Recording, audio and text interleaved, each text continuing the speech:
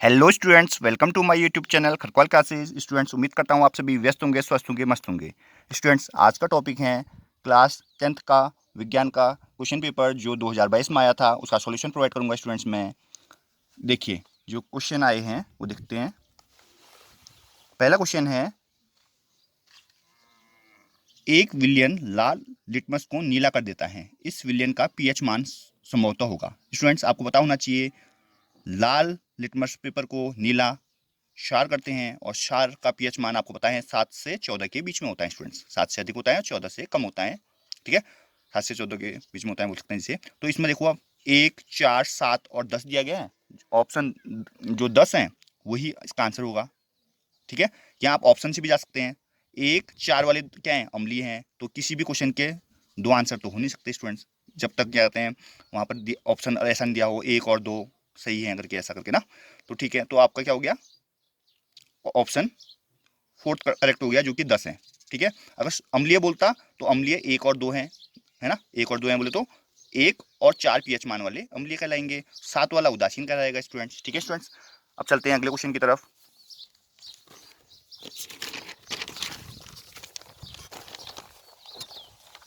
देखिए स्टूडेंट्स, क्या बोल रहा है, विरंजक चूर्ण का रासायनिक सूत्र है। विरंजक चूर्ण आपको पता होना चाहिए स्टूडेंट, CaOCl2 होता है। विरंजक चूर्ण होता ही नहीं होता, जिसे ब्लीचिंग पाउडर के नाम से भी जानते हैं अपन, है ना।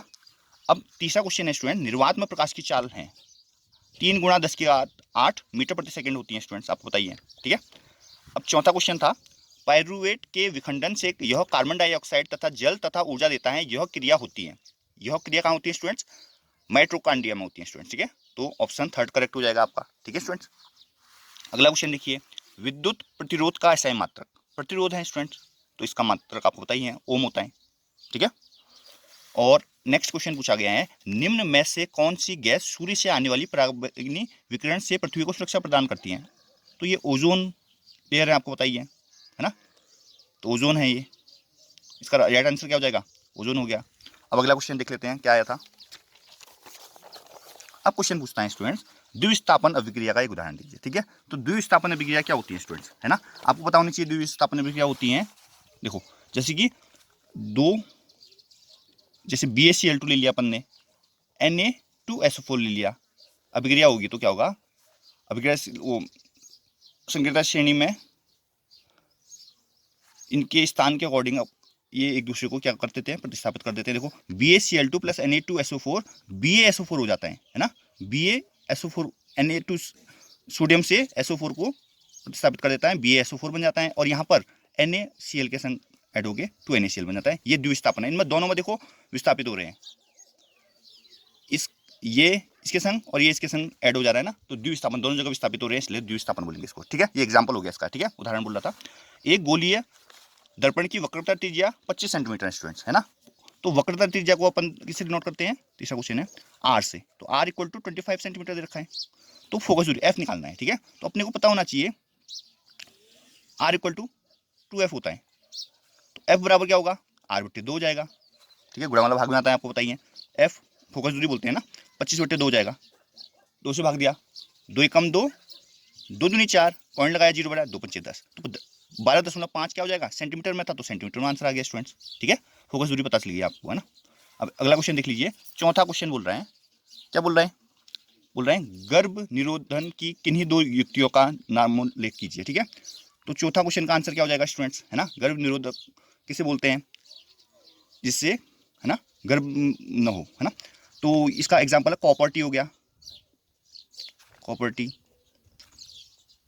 कंडोम हो गया। ठीक है स्टूडेंट्स, अब अगला क्वेश्चन देख लीजिए, पांचवा क्वेश्चन है, 2 चुंबकीय क्षेत्र रेखाएं एक दूसरे को प्रतिच्छेद क्यों नहीं करती हैं। ठीक है, इसलिए प्रतिच्छेद नहीं करेंगी, अगर वो प्रतिच्छेद करेंगी तो प्रतिच्छेद बिंदु पर चुंबकीय क्षेत्र की 2 दिशाएं हो जाएंगी। जब हम वहां पर दिक्सूचक कंपास रखेंगे तो क्या होगा, वहां पर 2 दिशाएं डिनोट करेंगे, जो कि संभव नहीं होता है ना। एक ही बिंदु पर 2 दिशाएं आप मतलब नहीं हो सकती एक ही बिंदु पर, है ना, प्रतिच्छेद बिंदु पर 2 दिशाएं हो जाएंगी ना, इसलिए। अब अगला क्वेश्चन बोला है, जैव निम्नीकरण तथा अजैव निम्नीकरण पदार्थों का एक उदाहरण दीजिए। जैव निम्नीकरण और अजैव निम्नीकरण क्या होते हैं, जैव निम्नीकरण आपको पता ही है, जिससे हम मतलब वो हो जाता है, मतलब जैसे कि जमीन में रखते ही गल जाएंगे, जैसे कि कागज हो गया जैव निम्नीकरण का एग्जाम्पल। अजैव निम्नीकरण प्लास्टिक बोल दीजिए आप, जमीन में डालने पर वो नहीं है, अपघटित नहीं होती हैं बोलते हैं, ठीक है। 7वां क्वेश्चन देख लीजिए आप, प्लास्टर ऑफ पेरिस की जल के साथ अभिक्रिया का समीकरण लिखिए तथा इसके दो उपयोग भी लिखिए। प्लास्टर ऑफ पेरिस का क्वेश्चन है, नॉर्मली पूछा जाता है, फॉर्मूला पता होना चाहिए आपको, क्या होता है CaSO4, CaSO4 हाफ H2O, जल के संग अभिक्रिया करेंगे, मतलब 1/2 H2O या 3/2 H2O भी बोलते हैं कोई, इसको चलेगा अपने को, है ना। क्या अभिक्रिया की तो क्या बनेगा, जिप्सम बनेगा, CaSO4 2H2O, जिप्सम बन गया है। अब क्या बोल रहे हैं, समीकरण लिखिए, समीकरण तो लिखिए, दो उपयोग पूछा है, आपको पता ही है क्या उपयोग है, टूटी हड्डियों को जोड़ने में डॉक्टर यूज करता है, ठीक है। और अपन जैसे कि कोई भी घर में कोई डिजाइन वगैरह बनवाते हैं ना, तो उसमें भी यूज होता है स्टूडेंट, है ना, मूर्तियों में यूज होता है, आपको पता ही है ना, ठीक है। अब अगला क्वेश्चन में आते हैं, 8वां क्वेश्चन है, निम्न रासायनिक समीकरणों को संतुलित कीजिए, बोलता है बैलेंस करना है आपने। कैसे बैलेंस करेंगे, देखिए क्या लिखा हुआ है, Fe plus H2O, Fe3O4 plus H2, ठीक है। तो देखेंगे यहाँ पर Fe जो कि आयरन है 3 है और यहाँ पर 1 ही है, तो यहाँ पर 3 लिख दीजिए आगे सबसे पहले, ठीक है, नहीं है। और आगे देखिए आप, ऑक्सीजन यहाँ पर कितने दिख रहे हैं, 4 दिख रहे हैं, और यहाँ पर ऑक्सीजन कितने हैं, 1 ही है, तो इसको किससे मल्टीप्लाई करेंगे, आगे 4 आ जाएगा यहाँ पर, ठीक है। अब हाइड्रोजन यहाँ देखिए 4 दूनी 8 है, यहाँ 2 ही है, तो यहाँ से 4 से मल्टीप्लाई कर देंगे, ये भी हो जाएगा बैलेंस। देख लीजिए आप, 3Fe प्लस 4H2O, ठीक है, Fe3O4 प्लस 4H2, क्लियर है। अब नेक्स्ट रिएक्शन देख लीजिए, दूसरा भी दिया है, NaOH plus H2SO4, Na2SO4 plus H2O दिया है, तो इसमें सोडियम देखा पहले, सोडियम यहाँ पर 1 है, यहाँ पर 2 है, तो यहाँ पर 2 से मल्टीप्लाई कर दिया पहले, तो सोडियम 2 हो गए, ठीक है। अब क्या देखेंगे अपन, अब ऑक्सीजन को देख लीजिए, ऑक्सीजन यहाँ 2 है, यहाँ 4 है, 6 है, मतलब टोटल, है ना, 2 यहाँ पर है, 4 यहाँ पर, 6 हो गए, और यहाँ पर कितने हैं, 4 और 1 5 ही है स्टूडेंट्स, ठीक है। तो यहाँ पर अगर 2 से मल्टीप्लाई करेंगे तो क्या हो जाएगा, ऑक्सीजन बैलेंस हो जाएगा, नहीं हो जाएगा।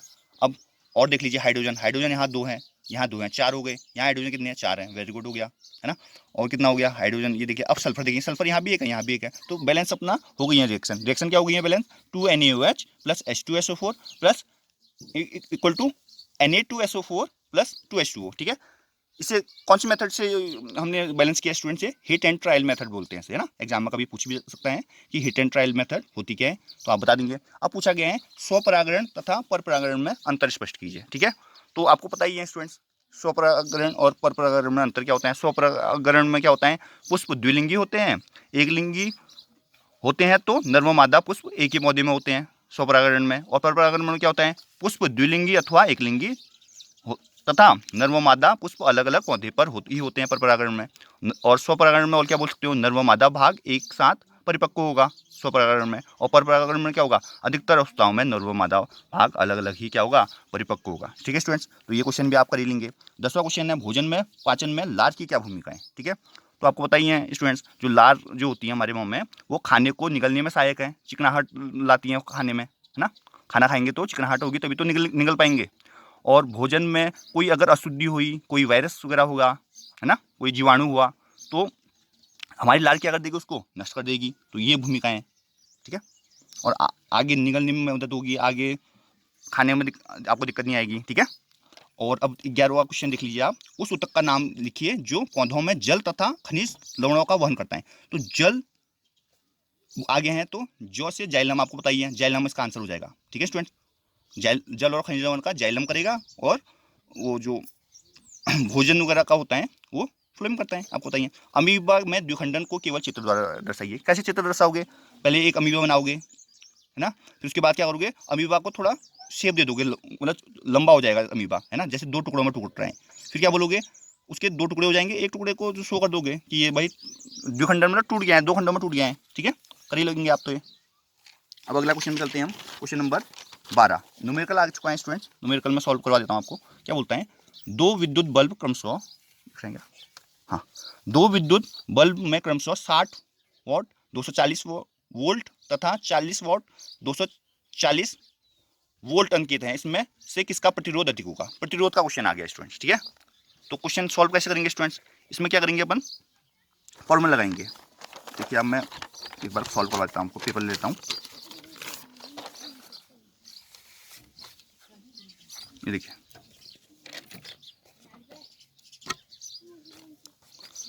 देखिए 2, इसमें मान लेते हैं ये 60 वोल्ट जो रखा है इसको मान लेते हैं वॉट, सॉरी 12 क्वेश्चन है, P1 मान लेते हैं स्टूडेंट, पावर है ना, तो क्या है 60 वॉट। और जो V1 मानेंगे 240 वोल्ट का, ठीक है, और P2 मानेंगे 40 वोल्ट को, और V2 मानेंगे 240 वोल्ट को, ठीक है। अब अपने को फॉर्मूला पता होना चाहिए प्रतिरोध का है, प्रतिरोध और किसमें, शक्ति और वोल्ट में, विभवांतर में जो संबंध होना चाहिए, है ना। तो क्या होता है, P बराबर V स्क्वायर अपॉन R पढ़ाए अपने, P बराबर V स्क्वायर अपॉन R पढ़ाए अपन ने, है ना। तो अपने को R चाहिए तो R बराबर V स्क्वायर अपॉन P बोल देंगे, ठीक है। अब यहाँ पर क्या करेंगे, एक ये है एक ये है अलग अलग, तो यहाँ पर बोल देंगे हम R1 जो होगा वो V1 स्क्वायर अपॉन P1 बोल देंगे, ठीक है। तो R1 V1 का स्क्वायर, V1 क्या है 240, स्क्वायर है तो 2 बार लिखेंगे, बट्टे P1 क्या है 60 है, 0 से 0 कट गया, 6 को 24 हो गया, 4 का 0 में 0, 4 को 16 की 6 से ले 4 दूनी 8 और 1 9, 960। प्रतिरोध का मात्रा क्या होता है स्टूडेंट्स, ओम होता है, आपको बताइए, ठीक है। अब नेक्स्ट जो P2 R2 निकालेंगे अपन, है ना, R2 बराबर V2 का स्क्वायर अपॉन P2, V2 का स्क्वायर बोले तो V2 इंटू V2, 240 इंटू 240, और P2 क्या हो जाएगा 40, 0 से 0 कैंसिल हो जाएगा, 4 6 24 हो गया, तो 6 का 0 में 0, 6 को 24 की 4 कैंसिल 2, 6 दूनी 8, 6 दूनी 12 और 2 14, ठीक है स्टूडेंट्स। तो ये क्या हो गया 1440 ओम आ गया है, ठीक है। अब आप देखेंगे कि किसका प्रतिरोध अधिक है पूछा था, ठीक है। तो आप यहाँ से देख सकते हैं R1 है 960 ओम और R2 है 1440 ओम, तो R2 ग्रेटर देन R1 बोल सकते हैं, या दूसरे शब्दों में ऐसा बोल सकते हैं, जो दूसरा वाला है 40 वॉट और 240 वोल्ट, ये क्या है, इसका प्रतिरोध अधिक रहेगा, बोल सकते नहीं बोल सकते आप, ठीक है स्टूडेंट्स, मिल गया आपको नंबर।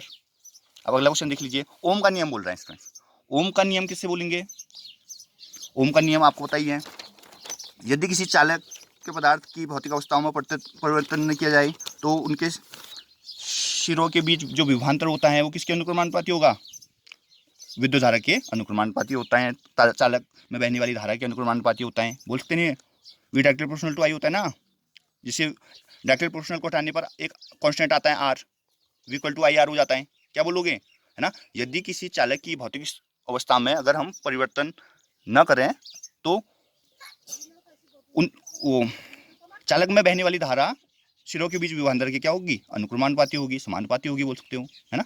तो v equal to I R लिख सकते हो, ठीक है। ओम का नियम हो गया है। अब आ गया है आपका फ्लेमिंग का दक्षिण हस्त नियम, ठीक है।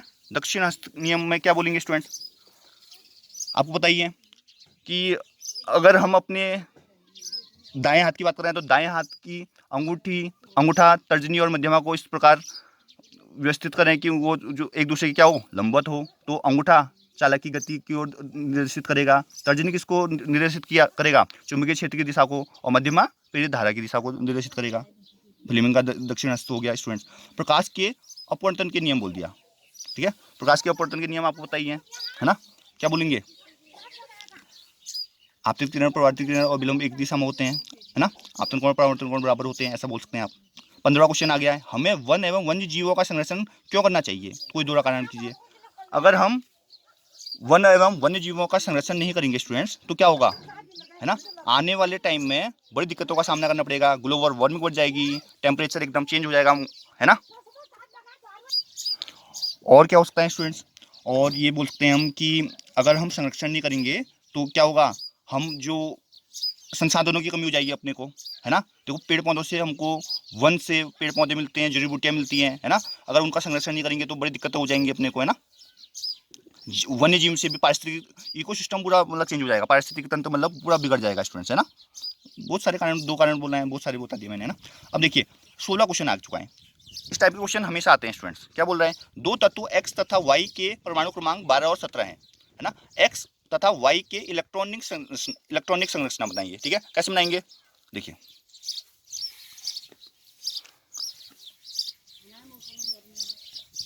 तो पहला जो है दिखाएं 12 लिखाएं, तो 12 में जो बोरबरी का मॉडल क्या बोलता है 2n² से, पहले कोष में 2 इलेक्ट्रॉन होंगे, दूसरा कोष में होंगे 8 इलेक्ट्रॉन, तीसरे कोष में कितने होंगे 2 इलेक्ट्रॉन होंगे, तो 12 कोष में 2 इलेक्ट्रॉन है, ठीक है। और 17 वाले का लिख लीजिए, पहले कोष में होंगे 2 इलेक्ट्रॉन, दूसरे में 8 होंगे, तीसरे में कितने होंगे 7 होंगे, तो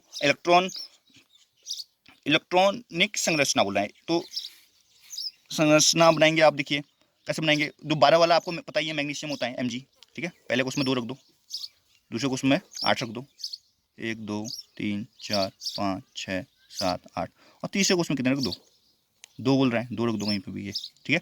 और आ गया क्लोरीन, क्लोरीन के लिए क्या रखोगे, पहले को उसमें 2 रख दो, दूसरे को उसमें कितने रखेंगे, 8 रखेंगे, 1 2 3 4 5 6 7 8, और जो तीसरा कोष होगा उसमें कितने रखोगे, ये तो इसमें मिक्स हो गया, देखो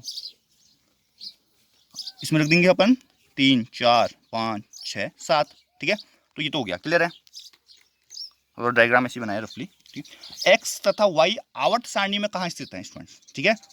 कहाँ स्थित है बोले तो कौन से वर्ग में है, कौन से आवर्त में है स्टूडेंट, ठीक है। तो आपको बताएं, देखो जितने कोष होते हैं उतने क्या होते हैं, आवर्त होते हैं। तो ये दोनों के दोनों क्या है, तीसरे आवर्त में है ना। पर स्तंभ कौन सा होगा स्टूडेंट्स, है ना, वर्ग कौन सा होगा, वर्ग होगा स्टूडेंट्स जो मैग्नीशियम 12 वाला है वो दूसरे में होगा, और जो क्लोरीन है वो 17वें वर्ग में होगा, ठीक है। इन तत्वों में कौन धातु है, कौन अधातु है, सिंपल है। जिसके बाहरी कोष में 1 2 3 इलेक्ट्रॉन होते हैं वो धातु होती हैं। तो मैग्नीशियम हो गया भाई 12 वाला धातु, अधातु जिसमें मतलब 6 7 5 6 7 होती है बाहरी कोष में, उसको अधातु बोलते हैं। तो ये 17 वाला हो गया अधातु जो कि क्लोरीन है, ठीक है। समझ में आ गया होगा स्टूडेंट्स। अब बोलता है नेक्स्ट क्वेश्चन, अथवा वाला है, मैं अथवा भी बता देता हूँ स्टूडेंट्स। आधुनिक आवर्त सारणी एवं मेंडलीफ की आवर्त सारणी में की व्यवस्था की तुलना कीजिए, अंतर बताइए, बोलता है तुलना करेंगे तब, है। तो क्या होता है, आधुनिक आवर्त सारणी का नियम है ना, तत्वों के गुणधर्म उनके परमाणु क्रमांक के आवर्त फलन है। और मेंडलीफ की आवर्त सारणी बोलती है तत्वों के गुणधर्म उनके परमाणु द्रव्यमान के आवर्त फलन में या परमाणु भार के आवर्त फलन है। मतलब ये है कि जो आधुनिक आवर्त सारणी है वो परमाणु क्रमांक के बढ़ते हुए क्रम में रखी गई है, और मेंडलीफ की आवर्त सारणी जो थी वो परमाणु भार के बढ़ते हुए क्रम में रखी गई थी, पहला है। दूसरा रीजन आप बोल सकते हैं कि जो मेंडलीफ की आवर्त सारणी है वो परमाणु भार के बढ़ते हुए क्रम में रखी थी, इसलिए उसमें समस्थानिकों का स्थान स्थित नहीं था। परंतु आधुनिक आवर्त सारणी जो है वो परमाणु क्रमांक के बढ़ते हुए क्रम में है, इसलिए इसमें समस्थानिकों का स्थान क्या है, निश्चित है। तीसरा रीजन दे सकते हैं आप कि मेंडलीफ ने जो था वो उपवर्गों में बांटा था, ए और बी उपवर्ग में बांटी थी, पर आधुनिक आवर्त सारणी में कोई उपवर्ग नहीं था ऐसा, ठीक है। ऐसे बहुत सारे रीजन हैं। हाइड्रोजन की स्थिति निश्चित नहीं थी, ये बोल सकते हैं स्टूडेंट्स, है ना। कुछ ऐसे तत्व थे जिनके परमाणु क्रमांक क्या कहते हैं ज़्यादा होने के बावजूद भी उन्हें पहले स्थान दिया गया था, ठीक है। ऐसा कुछ बहुत चीज़ें हैं, ऐसा बोल सकते हैं आप। अब अगले क्वेश्चन में चलते हैं अपन। क्वेश्चन नंबर 17 आ गया स्टूडेंट, क्या बोल रहा है, सहसंयोजी आबंध की बात कर रहे हैं। संयोजी आबंध से आप क्या समझते हैं, मेथेन की इलेक्ट्रॉन बिंदु संरचना भी बनाइए, बोलता है। सहसंयोजी आबंध बोलते किसको हैं, जिनमें परमाणुओं की क्या होती है, बराबर की साझेदारी होती है स्टूडेंट्स। जैसे कि सिंगल बॉन्ड में 1 1 इलेक्ट्रॉन की साझेदारी, डबल बॉन्ड में 2 2 इलेक्ट्रॉनों की साझेदारी, ट्रिपल बॉन्ड में 3 3 इलेक्ट्रॉनों की साझेदारी। तो इसे क्या बोलेंगे, सहसंयोजी आबंध बोलेंगे। मेथेन की इलेक्ट्रॉन बिंदु संरचना, मेथेन का सूत्र पता होना चाहिए इसके लिए स्टूडेंट्स, CH4 होता है। तो कार्बन रहेगा यहाँ पर, कार्बन के बाहरी कोष में कितने इलेक्ट्रॉन होंगे, 4 होंगे, क्योंकि परमाणु क्रमांक 6 है। पहले कोष में 2, दूसरे कोष में कितने होंगे, 4 होंगे, है ना। और आगे थोड़ा ऐसा कर लेता हूँ यार, इसे बनेगा नहीं तो। अब हाइड्रोजन लगा देंगे फिर 4 इसमें, क्यों, H4 है ना। हाइड्रोजन के कितने होते हैं, हाइड्रोजन का भी एक ही होता है, ये यहाँ पर हाइड्रोजन आएगा, हाइड्रोजन का ये एक हाइड्रोजन यहाँ पर होगा, हाइड्रोजन का ये एक हाइड्रोजन यहाँ पर होगा, हाइड्रोजन का ये, अब ये घर बन गया देखो इनका भी, इलेक्ट्रॉन बिंदु हो गया। इलेक्ट्रॉन बिंदु बोला है स्टूडेंट, है ना। संरचना वाला बोलता है तो संरचना ऐसी बनती है स्टूडेंट, ये ऐसे 4 हाइड्रोजन रख दिए, इसमें बस बॉन्ड दिखाना होता है। सिंगल बॉन्ड बोले तो 1 इलेक्ट्रॉन का आदान प्रदान हो रहा है, ठीक है। अब देखिए आयनिक यौगिक का गलनांक उच्च क्यों होता है बोल रहा है, ठीक है। आयनिक यौगिक का गलनांक इसलिए उच्च होता है स्टूडेंट्स क्योंकि इसमें प्लस और माइनस आयन होते हैं, है ना। ये धन और ऋण आयन से बने होते हैं, और इनके अणुओं के मध्य क्या होते हैं, विपरीत आकर्षण बल उत्पन्न हो जाता है, जिसे तोड़ने के लिए अधिक ऊर्जा की आवश्यकता होती है, इसलिए इनका क्या होता है, गलनांक उच्च होता है। अब बोल रहे हैं 18वां क्वेश्चन, एक ऐसी धातु का उदाहरण दीजिए जो कमरे के ताप पर द्रव अवस्था में होगी। तो आपको बताइए, अधातु बोला है तो ब्रोमीन हो जाएगी, अगर धातु बोलता तो पारा Hg हो जाता है स्टूडेंट, और उसका कभी कभी सूत्र भी पूछ देता है ना, ब्रोमीन का Br होता है स्टूडेंट, है। उभयधर्मी ऑक्साइड क्या होते हैं, 2 उभयधर्मी ऑक्साइडों के उदाहरण दीजिए, बोलता है। उभयधर्मी ऑक्साइड उसे बोलते हैं जो ऐसे ऑक्साइड जो अम्ल के साथ क्षारीय तथा क्षार के साथ अम्लीय व्यवहार प्रदर्शित करते हैं, उन्हें क्या बोलेंगे, उभयधर्मी ऑक्साइड बोलेंगे। उदाहरण बोल देंगे आप क्या, Al2O3 या AS2O3, इस टाइप के एग्जाम्पल्स हैं बहुत से। अब बोलता है अगला क्वेश्चन कि अलैंगिक जनन की अपेक्षा लैंगिक जनन के क्या लाभ हैं स्टूडेंट्स। लैंगिक जनन में क्या होता है, लैंगिक जनन में आनुवंशिक विभिन्नताओं के कारण संतानों के लक्षणों में भिन्नता उत्पन्न होती है, यह अलैंगिक जनन में संभव नहीं है। कहने का मतलब ये है जब लैंगिक जनन होगा स्टूडेंट्स तो आनुवंशिक भिन्नता होगी ना, एक मेल होगा एक फीमेल होगा तो भिन्नताएं आएंगी, तो उससे संतानों के लक्षणों में भिन्नता आएंगी, तो जो कि अलैंगिक जनन में संभव नहीं है। ठीक है, दूसरा रीजन आप देख सकते हैं, आनुवंशिक विभिन्नता के कारण जीवधारियों के योग्य तथा और अधिक योग्य सदस्य विकसित होते हैं जो अपने वातावरण से अधिक अनुकूलित होंगे। योग्य सदस्यों का प्राकृतिक चयन निरंतर होता रहता है। योग्यता की उत्तरजीविता के कारण जैव विकास रहता है, आपको बताइए। ठीक है, यह लैंगिक जनन में संभव नहीं है। तीसरा रीजन ये भी बोल सकते हैं कि लैंगिक जनन के फलस्वरूप नई प्रजातियों की उत्पत्ति होती है, और ये अलैंगिक जनन में क्या नहीं है स्टूडेंट्स, संभव नहीं है। ठीक है, ये 19वां क्वेश्चन भी हो गया। अब 20वां क्वेश्चन जो बोल रहा है मानव उत्सर्जन तंत्र का साफ चित्र बनाइए, और इसका अथवा में दिया है मानव हृदय का भी चित्र बनाइए, और इसका क्या दीजिए,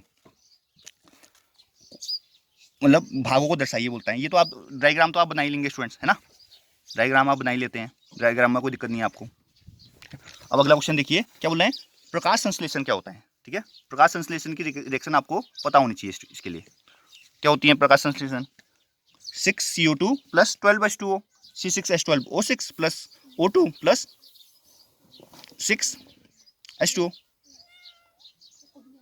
ठीक है स्टूडेंट्स, ऑक्सीजन होगी, ऊपर से लाइन में लिख लीजिएगा क्या, सूर्य का प्रकाश और क्लोरोफिल या पर्णहरित जो भी है उसकी उपस्थिति में बोल सकते हैं आप।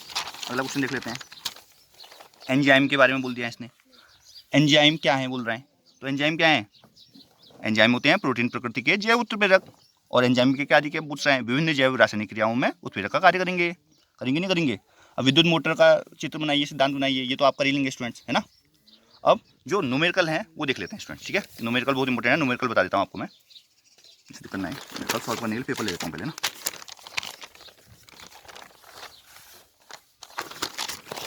देखो क्या बोल रहे हैं, एक टॉर्च के बल्ब पर 5 वोल्ट तथा 500 मिली एम्पियर अंकित है। ठीक है, तो पूछा क्या गया है, अगर ये अंकित है तो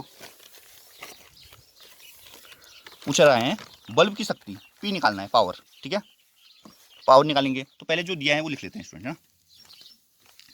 V बराबर 5 वोल्ट, है ना, और दिया है 500 मिली एम्पियर, I बराबर दे रखा है 500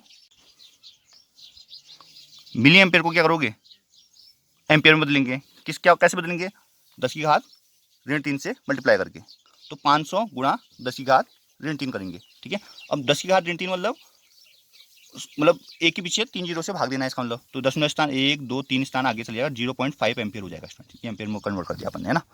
अब क्या करेंगे, ये तो बदल गया, अब शक्ति बोल रहा है तो P बराबर VI फॉर्मूला पढ़ा था हमने, तो VI, V क्या है 5, I क्या है 0.5, 5 25 हो गया, 2.5 आ गया इसका आंसर। पर आंसर किस में होगा, वॉट में होगा, पावर का यूनिट से, है ना, यूनिट याद रखना स्टूडेंट। बल्ब का प्रतिरोध पहला पार्ट हो गया है, दूसरा पार्ट में प्रतिरोध ओम नियम से V बराबर IR, तो R बराबर क्या हो जाएगा V अपॉन I।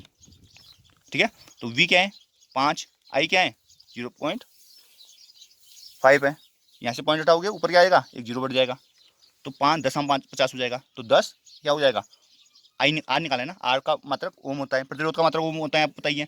तीसरा थर्ड पार्ट देख लो इसका, थर्ड पार्ट में क्या बोल रहे हैं स्टूडेंट, बोला है 2 घंटा जलाने पर बल्ब द्वारा उपभुक्त ऊर्जा, तो 2 घंटा बोल रहे हैं, अब घंटे में आ गए हैं स्टूडेंट, तो टी बराबर 2 आवर, 2 आवर को किस में बदलेंगे, सेकंड में, सेकंड में बदलने के लिए 60 × 60 करते हैं, 60 मिनट 60 सेकंड, 6 का 36 हो गया, 36 दूनी 72, 7 2 के पीछे 2 जीरो सेकंड, तो ये अपने बदल दिया सेकंड में।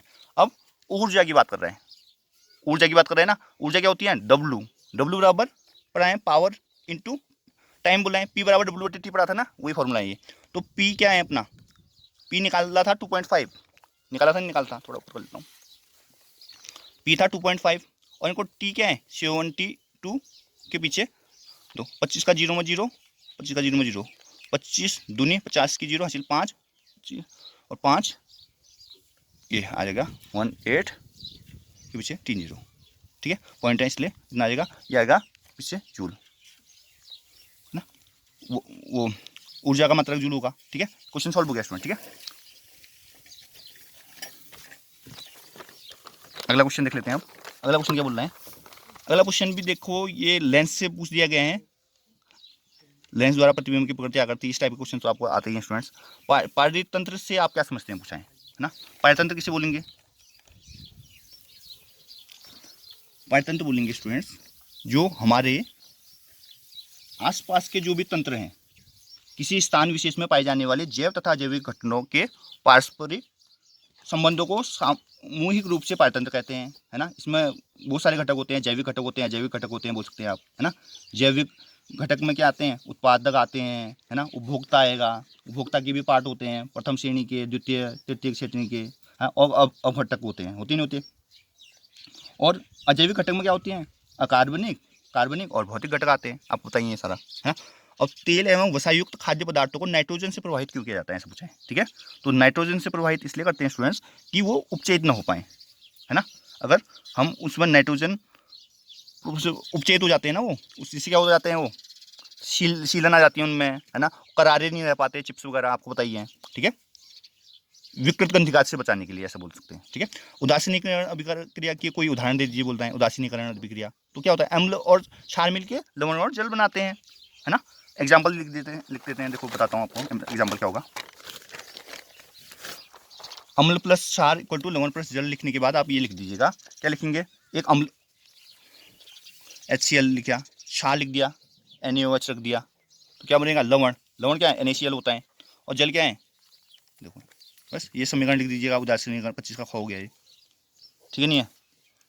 अब अगला क्वेश्चन देख लीजिए, आधुनिक आवर्त सारणी में प्रथम आवर्त में उपस्थित तत्वों के नाम। प्रथम आवर्त हाइड्रोजन और हीलियम होता है, बहुत पता ही है प्रथम आवर्त में, ठीक है। अगला क्वेश्चन देख लेते हैं स्टूडेंट। कार्बन के 2 प्रूफ पूछा है, हीरा और ग्रेफाइट बोल सकते हैं आप आराम से। सोडियम धातु को मिट्टी के तेल में डुबो क्यों रखा जाता है, बोल रहे हैं, क्योंकि उसका ज्वलन ताप क्या होता है, बहुत कम होता है, वो आसानी से आग पकड़ लेगा स्टूडेंट्स, है ना।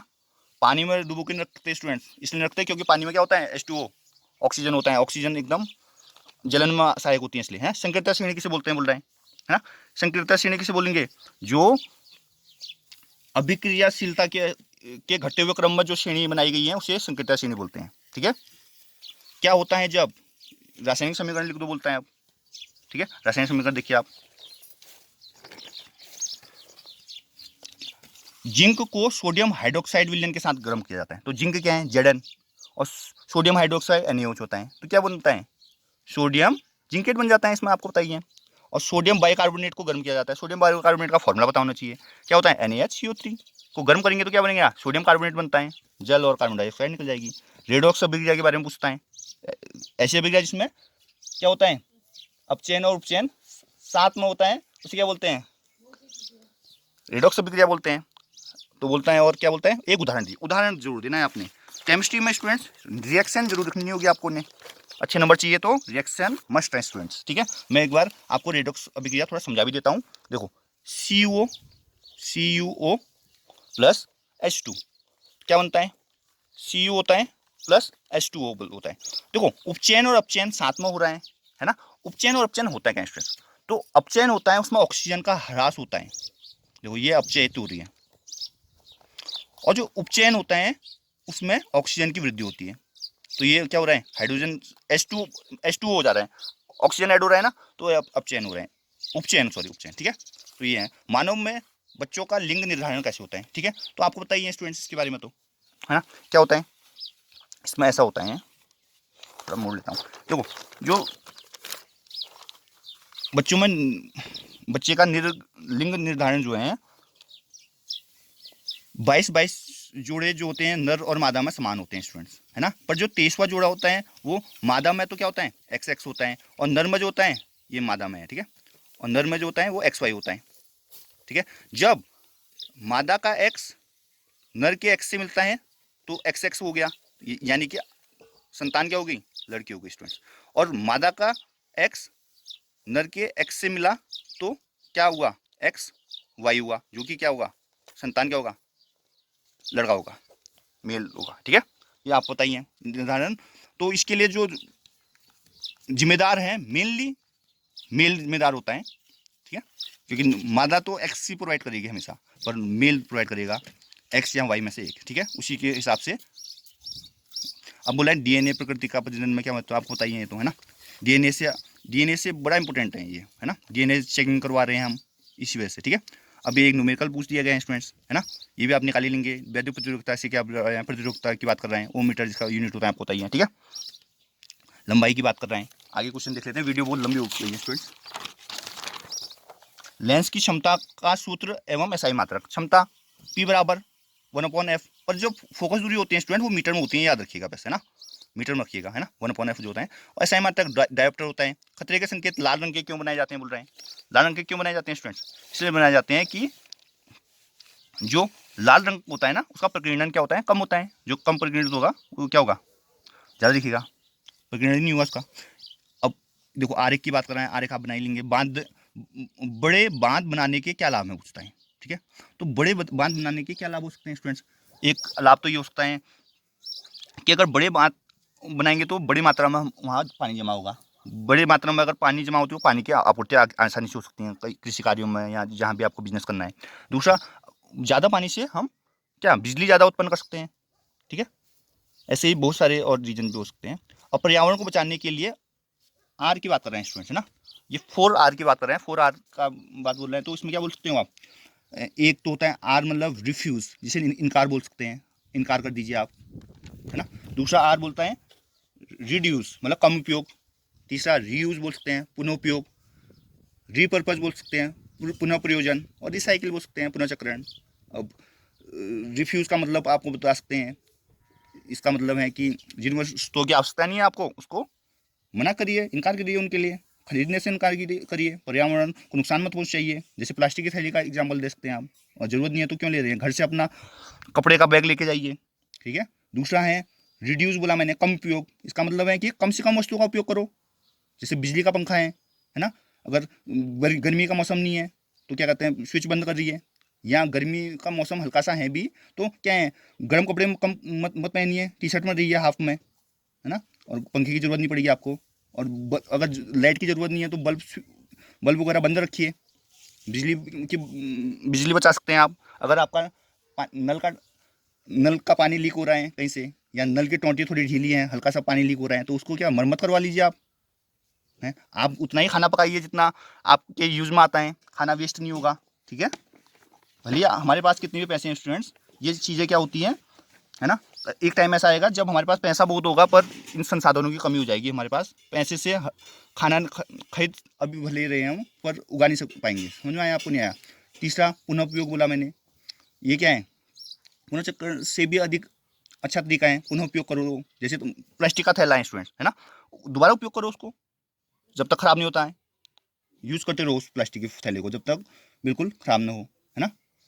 अगर जैसे लिफाफे का एग्जांपल है, लिफाफा भी मतलब दोबारा प्रयोग करो, डिब्बे दोबारा उपयोग करो, ठीक है। कुछ डिज़ाइन वगैरह बना देते हैं आजकल के बच्चे, तो बड़े क्रिएटिव हैं, मतलब कोई डिज़ाइन बना के प्लास्टिक की बोतल वगैरह के डिज़ाइन वगैरह बना के सजावटी सामान बना रहे हैं। अब मैंने बोला पुनः प्रयोजन बोला, इसका उपयोग, इसका मतलब क्या है, वस्तुओं के उपयोग के लिए दोबारा बना लो उसको। जैसे प्लास्टिक का रिसाइकिल करके बना सकते हैं, ये टूटे फूटे चीज़ों में, मतलब जैसे प्लास्टिक का टूटा हुआ बॉक्स है उसको क्या कर दो, उसमें कोई पेड़ ही उगा दो आप।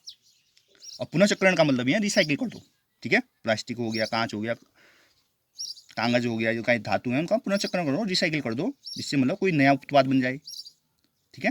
तो ये बहुत इंपॉर्टेंट है स्टूडेंट्स, हमारी आम दिनचर्या में भी बहुत ही काम की चीज़ें हैं, ठीक है, इसमें कोई दो राय नहीं है, बहुत ही काम की चीज़ है। अगला क्वेश्चन देख लेते हैं स्टूडेंट ना। तो ये देखिए, हमें अपने संसाधनों के सावधानीपूर्वक उपयोग क्यों आ सकते हैं। संसाधनों का सावधानीपूर्वक उपयोग इसलिए करेंगे स्टूडेंट्स, अगर हम इनका सावधानीपूर्वक उपयोग नहीं करेंगे तो हम अपने आने वाली पीढ़ी के लिए कुछ नहीं छोड़ पाएंगे। जैसे कि हम देखते हैं जंगलों का कटान अंधाधुंध हो रहा है, ठीक है। इसी प्रकार अगर अंधाधुंध कटान होते रहा तो एक दिन ऐसा आएगा कि हमारी जो जंगल हैं वो वृक्ष विहीन हो जाएंगे स्टूडेंट्स, है ना। और वृक्ष विहीन हो जाएंगे तो क्या होगा, वृक्ष विहीन हो जाएंगे तो इसका मतलब सीधा सीधा ये है कि हमको हवा नहीं मिल पाएगी, है ना। हमको ऑक्सीजन, देखो पेड़ ऑक्सीजन प्रोवाइड करते हैं, आपको बताइए, ऑक्सीजन की कमी हो जाएगी, है ना, पानी की कमी हो जाएगी, है ना। जगह जगह क्या होगा, पेड़ नहीं होंगे तो भूस्खलन हो जाएगा ज़्यादा, क्योंकि पेड़ की जड़ मिट्टी को जकड़े रखती है, ठीक है। जड़ी बूटियाँ, ईंधन ईंधन, है ना, जो भी संसाधन है वो सारे के सारे खत्म हो जाएंगे।